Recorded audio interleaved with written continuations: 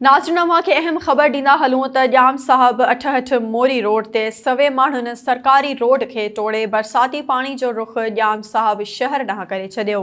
SS news जे reporter Gulzar गुल मंगी मूजिबि जाम साहब 88 मोरी रोड ते बासर आबादगारनि पारां रोड तोड़े जाम साहब शहर ॾांहुं पाणी मोकिलण वारा कट मुख़्तियार कार बंदि कराए छॾिया। हिन वक़्तु वरी बासर वॾेरनि कट तोड़े छॾिया आहिनि, जंहिं सबबि पाणी वरी तेज़ रफ़्तारी सां जाम साहब शहर ॾांहुं वधण लॻो आहे।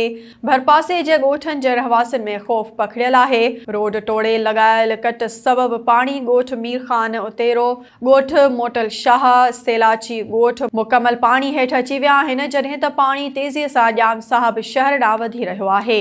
नाज़रीन खे हिकु भेरो ॿीहर ॿुधाईंदा हलूं त जाम साहब 88 मोरी रोड ते बासर आबादगारनि पारां रोड तोड़े जाम साहब शहर ॾांहुं पाणी मोकिलण वारा कट मुख़्तियार कार बंदि कराए छॾिया। हिन वक़्तु वरी बासर वॾेरनि कट तोड़े छॾिया आहिनि, जंहिं सबबि पाणी वरी तेज़ रफ़्तारी सां जाम साहब शहर ॾांहुं वधण लॻो आहे।